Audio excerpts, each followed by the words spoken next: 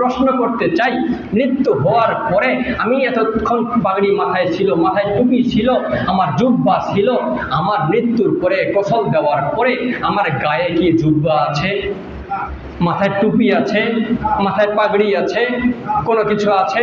আমার গোটা শরীরের মধ্যে এতদিন যত আমি সুন্নত, মনে করেন পকেটে একটা মেসওয়াক আছে, মেসওয়াক করে আমি নামাজে এসেছি, মেসওয়াকটা আমার কাফনের ভিতরে ঢুকাই দিবে? কিছুই দিবে না, কিছুই দিবে না। একটা সুন্নত আমরা সঙ্গে সঙ্গে নিয়ে বেড়াই সারাক্ষণ।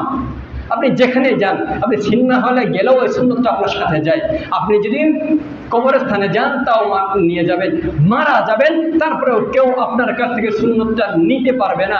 আবার আপনি যদি না নিয়ে বেড়ান এতদিন, তাহলে মারা যাওয়ার সঙ্গে সঙ্গে কেউ আপনাকে ওই সুন্নতটা দিতেও পারবে না, এমন একটা। আলহামদুলিল্লাহি নাহমাদুহু ওয়া নাস্তাঈনুহু ওয়া নাস্তাগফিরুহু ওয়া নু'মিনু বিহি ওয়া নাতাওয়াক্কালু আলাইহি ونعوذ بالله من شرور أنفسنا ومن سيئات أعمالنا من يهده الله فلا مضل له ومن يضلله فلا هادي له ونشهد أن لا إله إلا الله وحده لا شريك له ونشهد أن سيدنا ومولانا محمدا عبده ورسوله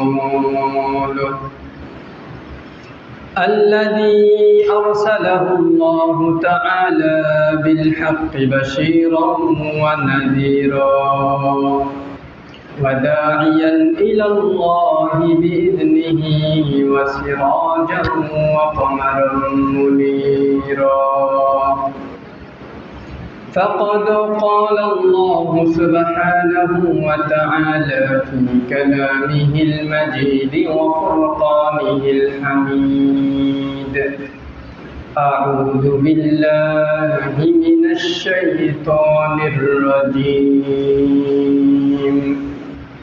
بسم الله الرحمن الرحيم قل إن كنتم تحبون الله فاتبعوني يحببكم الله ويغفر لكم ذنوبكم والله غفور رحيم. وقال الله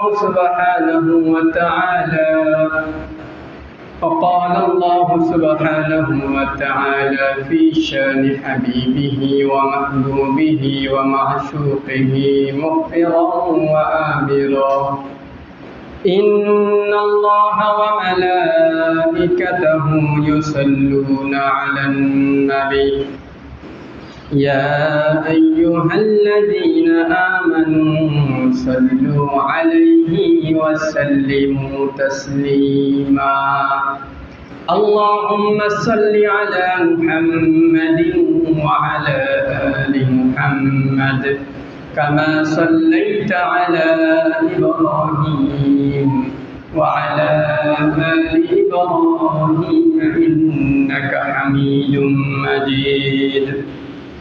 اللهم بارك على محمد وعلى آل محمد كما باركت على إبراهيم وعلى آل إبراهيم إنك حميد مجيد.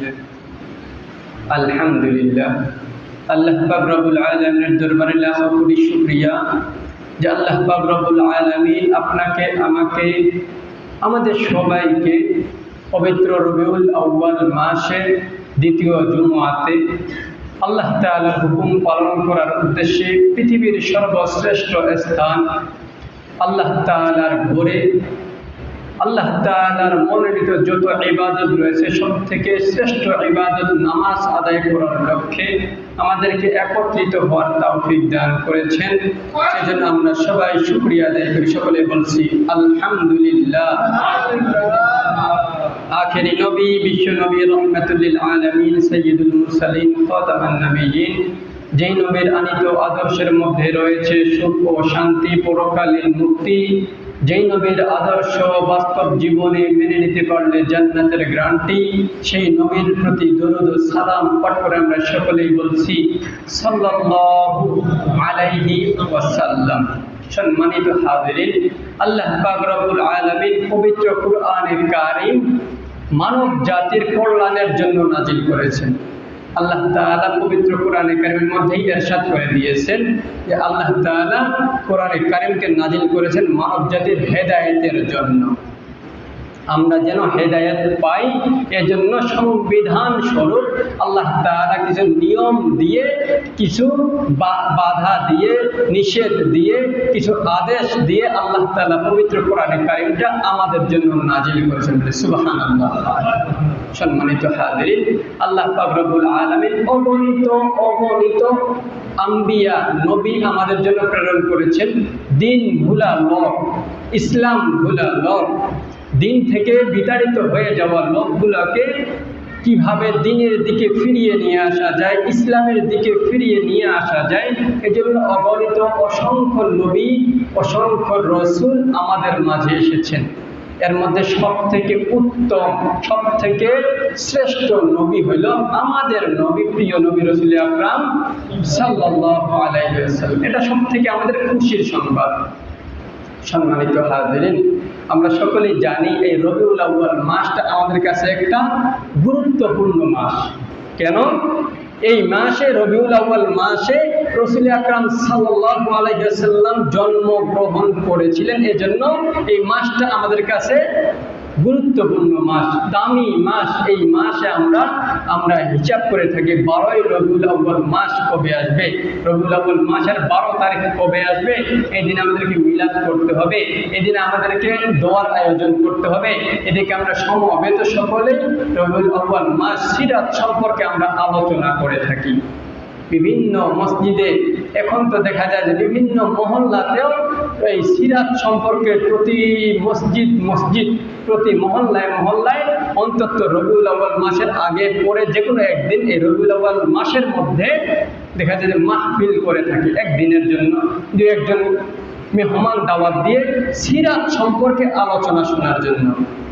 সম্মানিত হাজিরিন, রবিউল আউয়াল মাসের দ্বিতীয় শুক্রবার আজকে, আর মাত্র 2 দিন পরে 12ই রবিউল আউয়াল, যে দিনটা সম্পর্কে আমরা জানি যে এই দিনে রাসূল আকরাম সাল্লাল্লাহু আলাইহি ওয়াসাল্লাম জন্মগ্রহণ করেছেন। সম্মানিত হাজিরিন, এই মাসটা ঠিক যেরকম আমাদের কাছে গুরুত্বপূর্ণ রাসূল আকরাম সাল্লাল্লাহু আলাইহি ওয়াসাল্লাম আগমনের জন্য, আবার এই মাসে রাসূল আকরাম সাল্লাল্লাহু আলাইহি ওয়াসাল্লামের ইন্তেকালও হয়েছে। এজন্য এই মাস যেরকম আমাদের কাছে আনন্দের মাস, এই মাসটা আমাদের জন্য দুঃখেরও মাস। সম্মানিত হাজিরিন, যাই হোক, রাসূল আকরাম সাল্লাল্লাহু আলাইহি সাল্লামের জন্যই এই মাস যেহেতু আমাদের কাছে দামি, রাসূল আকরাম সাল্লাল্লাহু আলাইহি সাল্লামের জন্যই যেহেতু আমরা নিজেরাই দামি, রাসূল আকরাম সাল্লাল্লাহু আলাইহি সাল্লামের জন্যই আজকে যেহেতু আমরা নিজেদেরকে গর্ব করে আমরা বলতে পারি আজকে আমরা উম্মতে মুহাম্মাদি।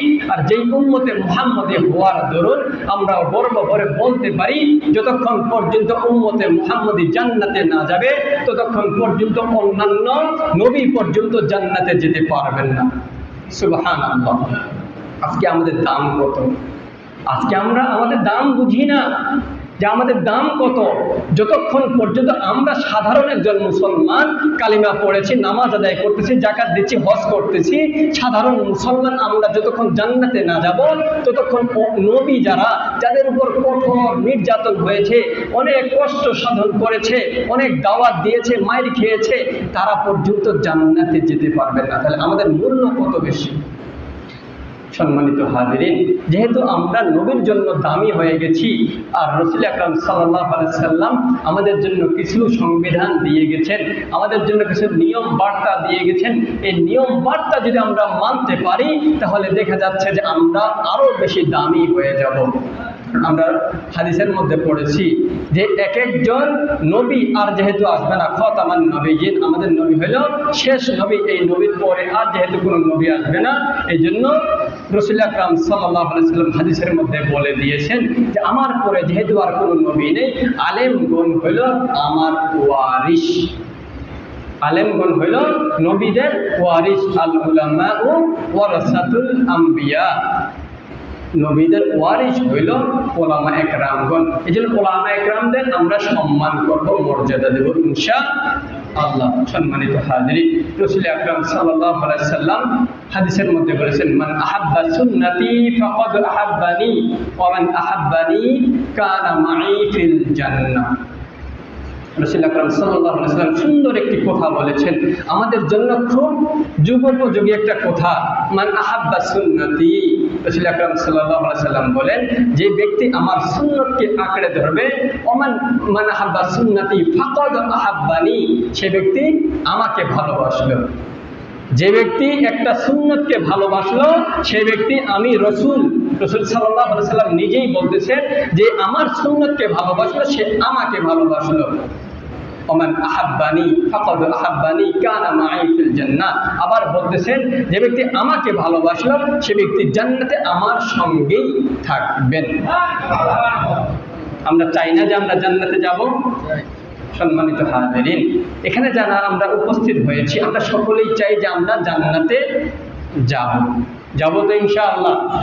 এই আশা নিয়েই তো আমরা মসজিদে আসি, এই আশা নিয়ে আমরা মাথায় টুপি পরি, এই আশা নিয়েই আমরা আজকে দেখা যায় যে দিনের কাজ করি, ভালো কাজ করি, মন্দ কাজ থেকে ফিরে থাকি শুধুমাত্র জান্নাত পাওয়ার আশায়। আল্লাহ পাক রব্বুল আলামিন পবিত্র কোরআনে কারিমের মধ্যে ইরশাদ করেছেন, কুল ইন কুনতুম তুহিব্বুনাল্লাহ ফাত্তাবিউনি ইউহিব্বুকুমুল্লাহ ওয়া ইয়াগফির লাকুম যুনুবাকুম আল্লাহু গফুরুর রহিম।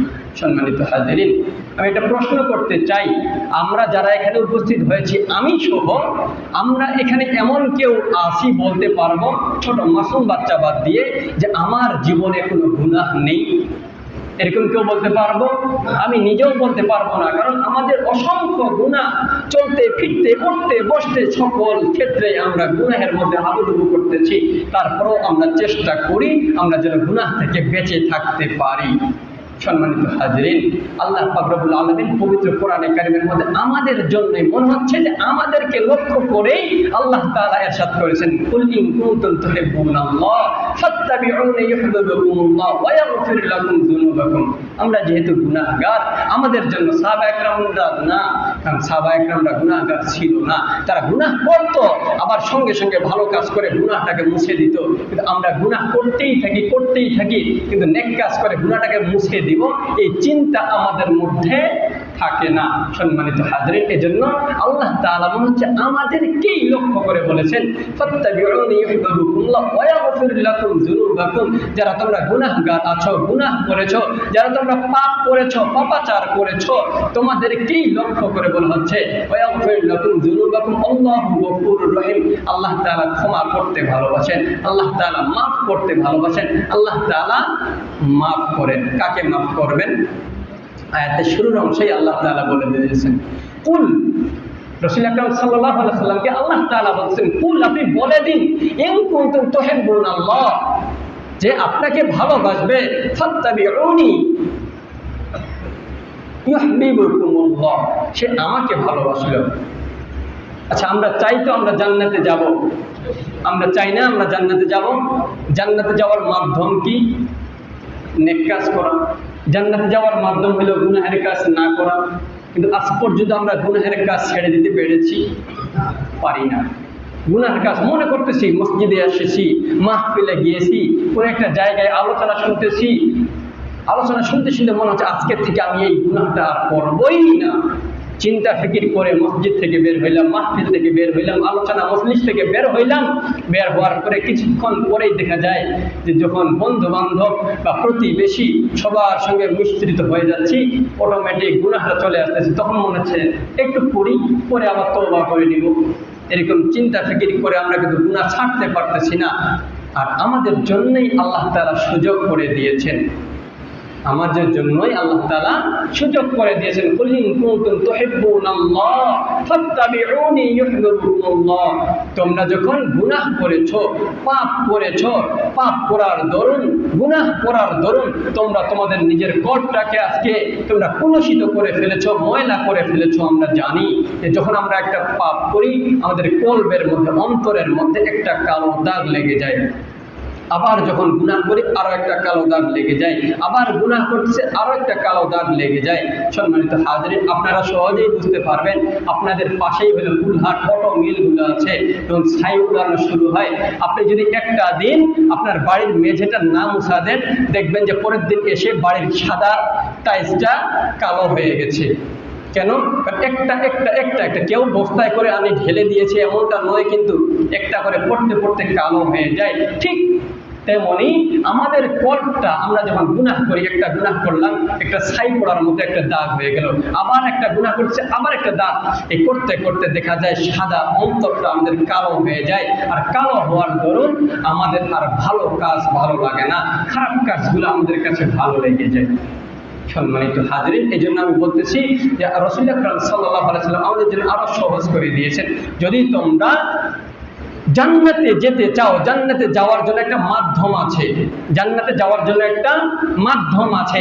আমি মনে করেন এই মসজিদের সভাপতি বা সেক্রেটারি বা ক্যাশিয়ার অথবা অন্য কোনো গণ্যমান্য ব্যক্তির বাড়িতে আমি যাব, যদি কারো বাড়িতে আমি ঢুকতে চাই, যদি তাদের সন্তুষ্ট চিত্তে ঢুকতে চাই, তাহলে সেই ব্যক্তির সঙ্গে আমাকে বন্ধুত্ব করতে হবে, নচেত আমি ঢুকতে পারবো না। আমি যদি চাই বলি যে ভাই আমি আপনার বাসায় ঢুকবো, তখন আপনি উল্টা প্রশ্ন করবেন, কেন যাবেন, কি দরকার? কিন্তু যখন আপনি আমার বন্ধু হয়ে গেছেন, তখন কিন্তু আমি না যাইতে চাইলেও আপনি বলবেন যে বন্ধু বা দোস্ত চলো আজকে আমার বাসায় একটু যাও, দুপুরের খানা খাই, অথবা একসঙ্গে একটু বসে গল্প করি। তখন আপনি নিজেই ডেকে নিয়ে যাবেন আপনি আরেক বন্ধুকে। সম্মানিত হাজিরিন, আমি বুঝাতে চাচ্ছিলাম রাসূল আকরাম সাল্লাল্লাহু আলাইহি সাল্লামকে আল্লাহ রাব্বুল আলামিন আয়াত নাজিল করে জানিয়ে দিয়েছেন, কুল ইন কুনতুম তুহিব্বুনাল্লাহ, যদি তোমরা আল্লাহ তাআলাকে ভালোবাসতে চাও আর জান্নাতে যাইতে হলে, জান্নাতের মালিক যেহেতু একমাত্র আল্লাহ, তাহলে আল্লাহর সঙ্গে ভালোবাসা করতে হবে, বন্ধুত্ব করতে হবে। ভালোবাসা বন্ধুত্ব করার মাধ্যম কি আল্লাহ তাআলা জানিয়ে দিয়েছেন, কুল ইন কুনতুম তুহিব্বুনাল্লাহ, যদি তোমরা জান্নাতে যেতে চাও, জান্নাতের মালিকের সঙ্গে ভালোবাসা করতে চাও, ফাত্তাবিউনি, হে রাসূল আপনাকে যেন তারা অনুসরণ করে। কাকে অনুসরণ?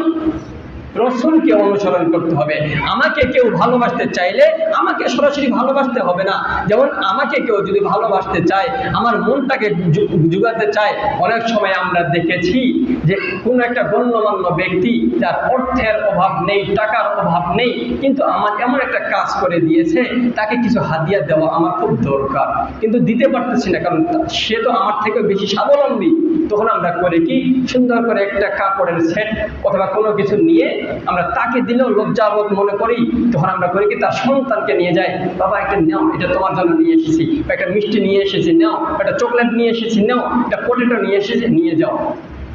সন্তানকে যখন আপনি দিবেন, আপনি বাবাকে লক্ষ টাকা দেওয়ার লাগবে না, সন্তানকে একটা পটেটো কিনে দিলে বাবার মন ভরে যায়। কি কথা ভুল বলেছি? সম্মানিত হাজিরিন, রাসূল আকরাম সাল্লাল্লাহু আলাইহি সাল্লামকে লক্ষ্য করে আল্লাহ তাআলা বলেন, যদি তোমরা আল্লাহকে ভালোবাসতে চাও, আল্লাহকে সরাসরি আমরা পাচ্ছি না, ভালোবাসতে পারতেছি না, তাহলে কি করব আমরা? ফাত্তাবিউনি, তোমরা রাসূলকে ভালোবাসো, তাহলে কি হবে? ফাত্তাবিউনি ইউহিব্বুকুমুল্লাহ, তাহলে রাসূলকে ভালোবাসলে আল্লাহকে ভালোবাসা হবে। আর আল্লাহ তাআলাকে যে ব্যক্তি ভালোবাসবে, ওয়ায়াগফির লাকুম যুনুবাকুম, এতক্ষণ বললাম যে আমরা গুনাহ করেছি, ওয়ায়াগফির লাকুম, সঙ্গে সঙ্গে আপনার জীবনের সকল গুনাহগুলোকে আল্লাহ মাফ করে দিবেন। তাহলে আমরাও জান্নাতে যেতে চাই তো ইনশাআল্লাহ। কে কে জান্নাতে যেতে চাই? হাত তুলে একটু। সবাই যেতে চাই ইনশাআল্লাহ, সবাই আমরা জান্নাতে যেতে চাই। আর জাহান্নামে যাবো এরকম কেউ আছি? জাহান্নামে না। যদি কোনো হিন্দু, বৌদ্ধ, খ্রিস্টান তাদেরকেও যায় বলেন যে ভাই আপনি মৃত্যুর পরে কোথায় যাবেন, তারা জান্নাত বলবে না, তারা বলবে আমরা স্বর্গে যাব। তারা বলবে আমরা স্বর্গে যাব। মানে সবাই চায় ভালো জায়গায় যেতে, সবাই চায় ভালোভাবে থাকতে, আমরাও চাই ভালোভাবে থাকতে, ভালো জায়গায় যাইতে, আমরাও চাই জান্নাতি হতে। জান্নাতি হওয়ার জন্য সব থেকে বড় মাধ্যম হইল রসুলের যদি আমরা ইত্তেবা করতে পারি, রসুলকে অনুসরণ করতে পারি, তাহলে আল্লাহকে ভালোবাসতে পারবো। আর আল্লাহ তাআলাকে যদি ভালোবাসতে পারি, আল্লাহ তাআলা সঙ্গে সঙ্গে আপনার আমার জীবনের সকল গুনাহ মাফ করে দিবেন। সম্মানিত হাজিরিন, আমরা আজকে বিভিন্ন কারণে আমরা কিন্তু সকলেই রাজনীতি বুঝে গেছি। রাজনীতি বুঝি না? আগে আমরা অনেকেই বুঝতাম না। আমি রাজনীতি করি না, আমি রাজনীতির ধার ধারি না। কিন্তু এখন কালের বিবর্তনে, সময়ের প্রেক্ষিতে দেখা যায় আমরা সকলেই আমি অমুক দলের সাপোর্টার, আমি অমুক দলের সাপোর্টার, আমি অমুক দলের সাপোর্টার। সম্মানিত হাজিরিন, আমি বুঝাতে চাচ্ছিলাম এরকম করে, মনে করেন আমি যে কোনো একটা রাজনৈতিক দলকে প্রাধান্য দেই, হঠাৎ করে সেই দল ক্ষমতায় নেই, হঠাৎ করে সেই দল ক্ষমতায় নেই, কিন্তু এতদিন আমি ওই দলের একজন ভালো কর্মী ছিলাম, ভালো একজন নেতা ছিলাম। এখন আমার জন্য একটা ভালো জায়গা হয়ে যাচ্ছে জেলখানা, কারণ এতদিন আমার বিপক্ষ দলে আমি লাফালাফি করেছি, এখন আমার জন্য জেলখানা বরাদ্দ হয়ে যাচ্ছে। তখন আমরা করি কি, আমরা দলটাকে চেঞ্জ করে দিই। আমি এতদিন এই দলের ছিলাম, আজকে আমি এক গরু জবাই করে সবাইকে খাওয়ায় দাওয়ায় বললাম আমি এতদিন এই দলের কর্মী ছিলাম, আজকে থেকে ওই দল থেকে আমি বহিষ্কার হয়ে গেলাম, আমি আজকের থেকে এই দলে যোগ দিলাম। করি না? নিজের জীবনটাকে বাঁচানোর জন্য। সম্মানিত হাজিরিন, আমি বুঝাতে চাচ্ছিলাম এভাবেই যে আজকে আমরাও নিজেদেরকে, এতদিন আমরা পাপাচার করেছি, অন্যায় করেছি, রসুলের সুন্নত মানি নাই, আজকের থেকে আমরাও দলটাকে চেঞ্জ করে রসুলের দলে নিয়ে আসতে পারি না? রসুলের দলে নিয়ে আসতে পারি না? সম্মানিত হাজিরিন, আজকে আমরা যদি প্রশ্ন করি যে আপনার কাছে রসুলের সুন্নত কি কি আছে, কয়টা সুন্নত আপনি মানেন, অনেকেই আমরা বলতেই পারবো না রসুলের সুন্নত কোনটা, রসুলের সুন্নত কোনটা সেটাও আমরা অনেকেই বলতে পারি না। সম্মানিত হাজির, আমি উদাহরণ দিয়ে একটু বলি। মনে করেন আপনারা সবাই মোটামুটি সবাই মাথায় টুপি পরেছেন, এটা কিন্তু একটা রসুলের সুন্নাত। কিন্তু মসজিদ থেকে বের হওয়ার পরে আপনি যখন বিহারি বাড়ি যাবেন, আপনি যখন শ্বশুর বাড়ি যাবেন, তখন কিন্তু আপনি টুপিটা আর মাথায় দেন না। আপনি কিন্তু 5 ওয়াক্ত নামাজি, আপনি 5 ওয়াক্ত নামাজি, কিন্তু টুপিটা মাথায় দেন না। টুপিটা সুন্দর করে ভাঁজ করে পকেটে ঢুকে নিয়ে যান, নামাজের সময় যায় মসজিদে ঢুকেন, ঢোকার পরে মাথায় দেন, আবার নামাজ পড়ে বের হওয়ার আগেই আবার টুপিটা ঢুকিয়ে দেন। কারণ সুন্নতটা আমরা দিতে পারি না। টুপিটার কিন্তু ওজন অনেক বেশি এমনটাও না, টুপির ওজন অনেক বেশি না, কিন্তু আমরা দিতে পারি না, কারণ রসুলের সুন্নাত আমরা মানতে পারি না। কারণ রসুল আকরাম সাল্লাল্লাহু আলাইহি ওয়াসাল্লাম বলেই দিয়েছেন, এমন একটা জমানা আসবে, এমন একটা সময় আসবে, সেই সময় রসুলের একটা সুন্নত, একটা মিশে যাওয়া সুন্নত, যে সুন্নত আমাদের মাঝে নেই, এরকম একটা সুন্নতকে আঁকড়ে ধরা এত কষ্টকর হয়ে যাবে, এত কষ্টকর হয়ে যাবে যে জ্বলন্ত আগুনের টুকরা হাতে নিয়ে আমরা ধরে থাকতে পারবো, সহজ মনে হবে, কিন্তু একটা সুন্নতকে আঁকড়ে ধরা তার থেকেও বেশি কষ্টকর মনে হবে। বর্তমান জমানা কিছুটা এরকম, পূর্ণ না হলেও কিছুটা এরকম। মাথায় আমরা টুপি দিতে পারি না। আমরা অনেকেই আছি, দেখা যায় যে 50 বছর পার হয়ে গেছে, 40 বছর পার হয়ে গেছে, আমরা কিন্তু মুখের মধ্যে এখনো সুন্নতের দাড়িটা রাখতে পারি নাই। অনেকেই দাড়িটা রাখতে পারি নাই। কেন পারি নাই? আমরা যদি বলি যে ভাই দাড়িটা রাখতেছেন না কেন, ভাই রাখবো। কবে রাখবেন? এই তো মনে করেন যে বিয়ে শাদী হয়েছে, এই বাচ্চা কাচ্চা হোক, অথবা বাচ্চা কাচ্চা বড় হয়েছে, চাকরি পাইছে, বিয়ে শাদী দিয়ে নাতি পুতির মুখ দেখবো আর দাড়িটা রাখা শুরু করে দিব। সম্মানিত হাজিরিন, আমিও চাই এরকম যে আমিও যদি দাড়িটা সেভ করতাম, তাহলে আমাকেও আজকে মনে হয় ইয়াং লাগতো, খুব সুন্দর লাগতো দেখতে। মানুষ মনে করতো এই ছেলেটার বয়স মনে হয় কেবল 20 বছর, এরকম মনে হয়তো। আমার তো মনটা চাচ্ছে দাড়িটা কাটিয়ে চকচকা হয়ে যায়। কিন্তু আমি তো জানি না যে আমার মৃত্যুটা কবে আসবে, আমার মৃত্যুটা কবে আসবে। যদি জানতাম যে আমার 80 বছর বয়স হবে, 80 থেকে 81-র দিকে পা বাড়াবো আর সঙ্গে সঙ্গে আমার মৃত্যু হবে, তাহলে আমি 70 বছর পর্যন্ত ক্লিন শিপ করতাম আর 10 বছর দাড়ি রেখে আমি তওবা ইস্তেগফার করতাম। কিন্তু আমরা কি জানি যে কতদিন আমাদের মৃত্যু হবে? জানি না। সম্মানিত হাজিরিন, আর একটা কথা বলি, আমি যখন মারা যাব, আপনিও মারা যাবেন। মারা যাব না এমনটা কেউ নেই, যদিও বা বলি যে আপনি মারা যাবেন বলি ইন্ডিকেট করে, তাহলে মনটা খারাপ করে বসবেন। আমি যদি আমাকে বলি কেউ বলে আমার মনটা খারাপ হবে, শালার এ তো কথা থাকতে মারা যাওয়ার কথাটা বললো কেন? সম্মানিত হাজরিন, মারা যেহেতু আমি যাব, মারা যেহেতু আপনি যাবেন, সবাই যেহেতু মারা যাব, এমনকি মারা যাচ্ছে অহরহ আমাদের এলাকায়, তাহলে আমাদের একদিন ডাক আসবে। আমরা জানি না যে কবে আমার ডাক, কবে বা কার ডাক। সম্মানিত হাজরিন, এখন আমি বলতে চাচ্ছিলাম যেহেতু আমাদের ডাক একদিন চলেই আসবে, কবে আসবে জানি না। আমার যেদিন মৃত্যু হবে, মৃত্যু যেদিন হবে, মৃত্যুর সময় আমি যে অবস্থায় থাকি না কেন, যেই কাপড়ে পরে থাকি না কেন, প্যান্ট শার্ট পরি, পাঞ্জাবি জুব্বা পরি, পাগড়ি মাথায় দিয়ে থাকি, আর যেভাবেই থাকি না কেন, মারা যাওয়ার সঙ্গে সঙ্গে খাটের উপর থাকলে লাশটাকে 2-3 জন ধরে মাটিতে নামাবে, এটা সপে বিছাবে, সঙ্গে সঙ্গে হুজুরকে ডাকবে, অথবা যারা এলাকার লোক মুর্দারকে গোসল করান তাদেরকে ডাকবে, ভাই একটু আসেন তাড়াতাড়ি গোসলটা করাই দেন। গোসলটা করার পর হুজুরকে ডাকবেন, ইমাম সাহেবকে ডাকবেন, ইমাম সাহেব আসেন একটু কাফনের কাপড় পরাই দেন। সম্মানিত হাজরিন, আমি প্রশ্ন করতে চাই, মৃত্যু হওয়ার পরে আমি এতক্ষণ পাগড়ি মাথায় ছিল, মাথায় টুপি ছিল, আমার জুব্বা ছিল, আমার মৃত্যুর পরে গোসল দেওয়ার পরে আমার গায়ে কি জুব্বা আছে, মাথায় টুপি আছে, মাথায় পাগড়ি আছে, কোনো কিছু আছে? আমার গোটা শরীরের মধ্যে এতদিন যত আমি সুন্নত, মনে করেন পকেটে একটা মেসওয়াক আছে, মেসওয়াক করে আমি নামাজে এসেছি, মেসওয়াকটা আমার কাফনের ভিতরে ঢুকাই দিবে? কিছুই দিবে না, কিছুই দিবে না। একটা সুন্নত আমরা সঙ্গে সঙ্গে নিয়ে বেড়াই সারাক্ষণ। আপনি যেখানে যান, আপনি সিনেমা হলে গেলেও ওই সুন্নতটা আপনার সাথে যায়। আপনি যদি কবরস্থানে যান তাও নিয়ে যাবেন, মারা যাবেন তারপরেও কেউ আপনার কাছ থেকে সুন্নতটা নিতে পারবে না। আবার আপনি যদি না নিয়ে বেড়ান এতদিন, তাহলে মারা যাওয়ার সঙ্গে সঙ্গে কেউ আপনাকে ওই সুন্নতটা দিতেও পারবে না। এমন একটা সুন্নত আমাদের কাছে আছে, এবং যেই সুন্নতটা আমরা সুন্নত মনে করি, কিন্তু মুফাসসিরিন একরামগণ বলেন এটা শুধু সুন্নত নয়, এটা সুন্নত নয়, এটা আমাদের ওয়াজিবের সমমান। সেটার নাম কি? মুখের মধ্যে দাড়ি।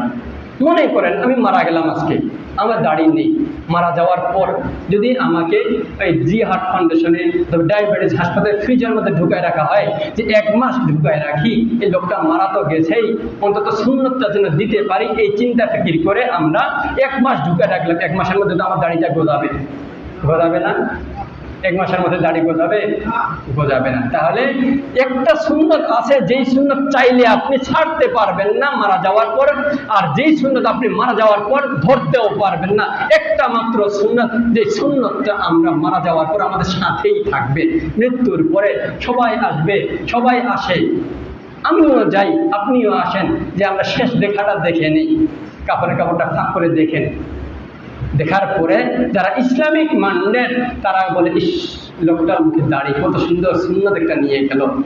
আবার যাদের মুখে দাড়ি নাই, ইসলামিক মান্ডের লোকগুলা বলে, লোকটা যদি একটা সুন্নতটা থাকতো তাহলে কত ভালো লাগতো। লোকটা সবই ভালো ছিল, কিন্তু একটা সুন্নত নিয়ে যেতে পারলো না। আর রাসূল আকরাম সাল্লাল্লাহু আলাইহি সাল্লাম বলেন, কাল কিয়ামতের ময়দানে এখন সামান্য একটু গরম, এই গরমের মধ্যে আমরা কিন্তু রোদে দাঁড়ায় থাকতে পারতেছি না। আমি রোদের মধ্যে গোসল করলাম, গোসল করছি টিউবওয়েলের পানি দিয়ে, পানি দিচ্ছি, তারপরও মনে হচ্ছে আমার গা গরম যাচ্ছে না। কিয়ামতের ময়দানে আধা হাত উপরে সূর্য যখন আসবে, তখন কি অবস্থা হবে? সেই সময় রাসূল আকরাম সাল্লাল্লাহু আলাইহি সাল্লাম উম্মতে মুহাম্মাদীদেরকে হাউজে কাউসারের পানি পান করার জন্য এগিয়ে আসবেন। হাউজে কাউসারের পানি পান করার জন্য এগিয়ে আসবেন। ঠিক সেই মুহূর্তে হঠাৎ করে দেখা যাবে একটা পর্দা পড়ে গেছে। রাসূল আকরাম সাল্লাল্লাহু আলাইহি সাল্লাম বলবেন যে, এই তো আমার উম্মত, দেখা যাচ্ছে যে শরীরের মধ্যে চকচক করতেছে, ওযু করেছে, জায়গা চকচক করতেছে, এ তো আমার উম্মত, একে তো আমি হাউজে কাউসারে পানি পান করাবো। তখন ফেরেশতাগণ বলবেন, ইয়া রাসূলুল্লাহ, এ তো আপনার উম্মত ঠিকই, কিন্তু আপনার সুন্নতকে আঁকড়ে ধরে নাই। সম্মানিত হাজিরিন, এই জন্য আমি বুঝাতে চাচ্ছিলাম, এত কথা এক কথা, রবিউল আউয়াল মাস আমাদের কাছে গুরুত্বপূর্ণ, রবিউল আউয়াল মাস আমাদের কাছে দামি, রবিউল আউয়াল মাসের 12ই রবিউল আউয়াল আমাদের কাছে অনেক গুরুত্বপূর্ণ। আমরা মিলাদ দেই, দোয়া করি, আয়োজন করি, আলোচনা করি, সব কিছুর একটাই উদ্দেশ্য, রাসূলের সুন্নাত আমাদের মাঝে আসবে কিভাবে। রাসূলের সুন্নাত আসবে কিভাবে, এটাই একটা উদ্দেশ্য, অন্য কোনো উদ্দেশ্য নয়। জিলাপি খাওয়া আমাদের উদ্দেশ্য নয়, কারণ আমি মোড়ের মধ্যে গেলে 10 টাকা দিলে আমি জিলাপি পাচ্ছি, খুরমা পাচ্ছি, বিস্কিট পাচ্ছি, যা ইচ্ছা তাই পাচ্ছি, কিন্তু আমরা ওইটা উদ্দেশ্য নয়। উদ্দেশ্য আমাদের এখানে আমরা আলোচনা শুনে আমাদের মধ্যে কিভাবে এই সুন্নতটা আঁকড়ে ধরতে পারি, রাসূলের জীবন মাফিক আমরা কিভাবে গড়তে পারি। এজন্য আমরা সকলে নিয়ত করতে পারি না যে আজকের থেকে আমরা এক একজন এক একটা, যার মধ্যে যেই সুন্নত নেই এরকম এক একটা সুন্নত আমরা আঁকড়ে ধরবো। পারবো ইনশাআল্লাহ? পারবো তো ইনশাআল্লাহ? এই মজলিস থেকে, মসজিদের এই মজলিস থেকে আমি অন্তত 2টা লোক দেখতে চাই যারা এতদিন দাড়ি ক্লিন শেভ করেছেন, আজকে জান্নাতকে ভালোবেসে জাহান্নামকে ভয় করে মৃত্যুকে স্মরণ করে 2টা মাত্র ব্যক্তি আমি দেখতে চাই। এমন 2টা ব্যক্তি হাত তুলে বলবেন যে হুজুর আজকের থেকে আমি আর দাড়ি শেভ করব না। এরকম কেউ কেউ বলতে পারবেন ইনশাআল্লাহ? বলতে পারবেন না? একটু নিয়ত করি যে ইনশাআল্লাহ আমি আজকের থেকে আর দাড়ি শেভ করব না। নাই কেউ? ইনশাআল্লাহ আমরা চেষ্টা করব বাবা, চেষ্টা করব, আমরা চেষ্টা করব। মৃত্যু আপনার হবে, আমারও হবে, সকলের হবে বাপজান। বাবে মৃত্যু সকলের হবে, আমারও হবে। মৃত্যুর সময় আপনি যদি সুন্নতটা না নিয়ে যেতে পারেন, আপনি আজকে মনে করতেছেন যে দাড়ি নিয়ে আমি যদি বিহারি বাড়ি যাই, বিহাইন কবে বেহাই বুড়া বুড়া লাগেছে রে, কিন্তু আপনি মৃত্যুর পরে, আজকে আমরা মাত্র কয়েকদিন কিয়ামতের দিন হিসেবে এই দুনিয়ার আমরা 20 বছর বাঁচি, 50 বছর বাঁচি, 100 বছর বাঁচি, এই সময়টা হলো একদিন সমপরিমাণ সময়।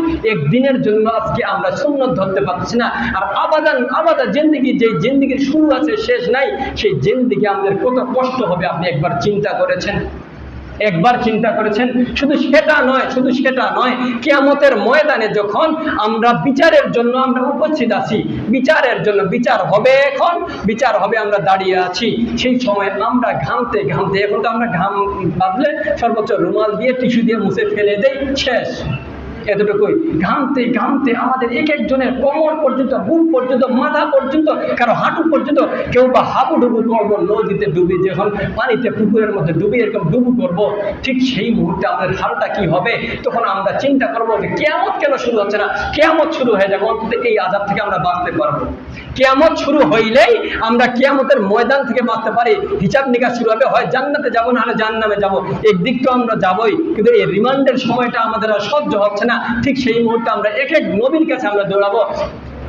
মুসা আলাইহিস সালামের কাছে দৌড়াবো, ইব্রাহিম আলাইহিস সালামের কাছে দৌড়াবো, আর কোন নবীর কাছে দৌড়াবো? নবীদেরকে যাই বলবো, আপনি তো খলিল ছিলেন, আপনি তো নবী, আল্লাহর সঙ্গে কথা বলেছেন, আপনি একটু আল্লাহ তাআলাকে বলেন যে আল্লাহ তাআলা যেন বিচার কার্য শুরু করে দেন। আমরা যেগুলো একদিকে যাই, কিন্তু এই কষ্ট সহ্য হচ্ছে না। ঠিক সেই মুহূর্তে তারাও বলবে যে আমরা এইখানে সুপারিশ করার মতো ক্ষমতা রাখেন, একমাত্র ক্ষমতা রাখেন উম্মতে মুহাম্মদীদের মধ্যে যে নবী ছিলেন রাসূল আকরাম সাল্লাল্লাহু আলাইহি ওয়াসাল্লাম। সে ব্যক্তি, সেই নবী ছাড়া আর কেউ সুপারিশ করতে পারবে না কিয়ামতের ময়দানে। আর সেই নবীর সুন্নত আমরা ধরতে পারতেছি না।